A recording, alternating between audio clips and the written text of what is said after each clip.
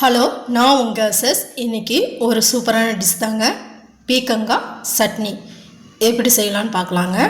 தோலெல்லாம் சீவிங்க. இந்த மாதிரி தோலெல்லாம் சீவிட்டு நம்ம பொரியலுக்கு கட் பண்ணுற மாதிரி சின்ன சின்னதாக கட் பண்ணி வச்சுக்கோங்க. அப்புறம் ஒரு கடாய் எடுத்துக்கோங்க.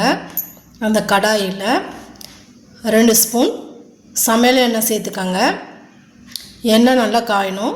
காஞ்சதுக்கப்புறம் 4 வரமிளகா, ஒரு காஷ்மீர் மிளகா. காஷ்மீர் மிளகா ஒரு ஆப்ஷன் தாங்க, வேணும்னா சேர்த்துக்கோங்க, இல்லைன்னா அதை சேர்க்க வேண்டாம். கொஞ்சம் நல்லா ஃப்ரை பண்ணி எடுத்துக்கோங்க. அதே கடாயில் 10 பல் பூண்டு சேர்த்துருக்கேன். அதோட 1/2 கப் சின்ன வெங்காயம் சேர்த்துருக்கேன். இந்த டிஷ்ஷுக்கு சின்ன வெங்காயம் தான் நல்லதுங்க, அதனால் சின்ன வெங்காயமே சேர்த்துக்கோங்க. பெரிய வெங்காயம்னா கொஞ்சம் இனிக்கும். ஏற்கனவே பீக்கங்காய் கொஞ்சம் இனிப்பாக இருக்கும், அதனால் பெரிய வெங்காயம் சேர்த்திங்கன்னா அதுவுமே கொஞ்சம் இனிச்சிட்ருக்கும். சின்ன வெங்காயம் சேர்த்துக்கோங்க, அதுதான் நல்லது, ஹெல்த்தியும் கூட.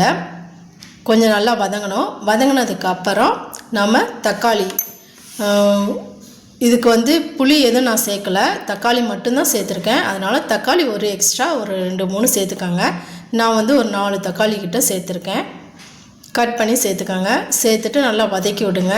வதங்கினதுக்கப்புறம் நம்ம கட் பண்ணி வச்சுருக்கிற பீக்கங்காவை இதில் சேர்த்துக்கலாம். சேர்த்துட்டு நல்லா வதக்கி விடுங்க. இதில் தண்ணியெல்லாம் எதுவுமே ஆட் பண்ண வேண்டாம், ஏன்னா காயிலேருந்து தண்ணி விடும், அதனால் நீங்கள் தண்ணி எதுவும் ஆட் பண்ண வேண்டாம். சிம்லேயே வச்சு கொஞ்சம் நல்லா கிளறி விடுங்க. நல்லா வதங்கணும்.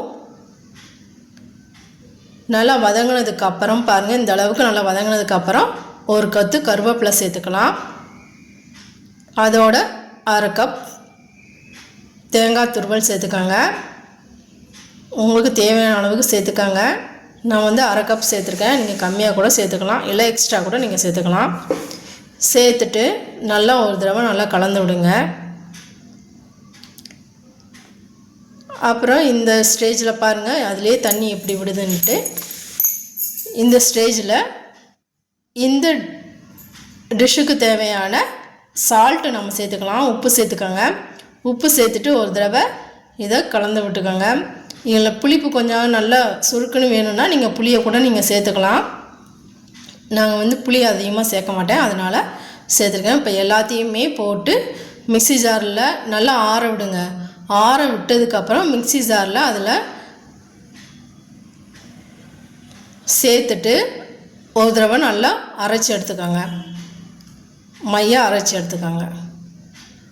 பாருங்கள், இந்த அளவுக்கு அரைச்சி எடுத்துருக்கோம். இப்போ அது தாளிப்புக்கு ஒரு கடாயில் 2 ஸ்பூன் சமையல் எண்ணெய் சேர்த்துக்கோங்க. எண்ணெய் நல்லா காயணும். காஞ்சதுக்கப்புறம் கடுகு நம்ம சேர்த்துக்கலாம். 1 ஸ்பூன் கடுகு சேர்த்துட்டு கடுகு நல்லா பொரிஞ்சதுக்கப்புறம் 1 ஸ்பூன் சீரகம் சேர்த்துக்கோங்க. சீரகம் சேர்த்ததுக்கப்புறம் 2 கொத்து கருவேப்பிலை சேர்த்துக்கோங்க. சேர்த்துட்டு நல்லா ஃப்ரை பண்ணி எடுத்துக்கோங்க. அந்த ஈரப்பதம் போனதுக்கப்புறம் நம்ம அரைச்சி வச்சுருக்கிற அந்த விழுது இதில் சேர்த்துக்கலாம்.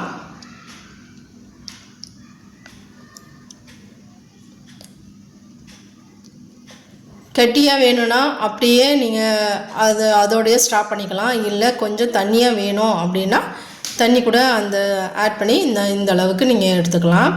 இது சாப்பாட்டுக்கு மட்டும் இல்லைங்க, தோசை, இட்லி அதுக்குமே நல்ல காம்பினேஷனாக இருக்கும். செய்கிறதுமே ரொம்ப சுலபமாக இருக்கும். தேங்க்யூ ஃபார் வாட்சிங். ஷேர் பண்ணுங்கள், லைக் பண்ணுங்கள், சப்ஸ்கிரைப் பண்ணுங்கள். தேங்க்யூ.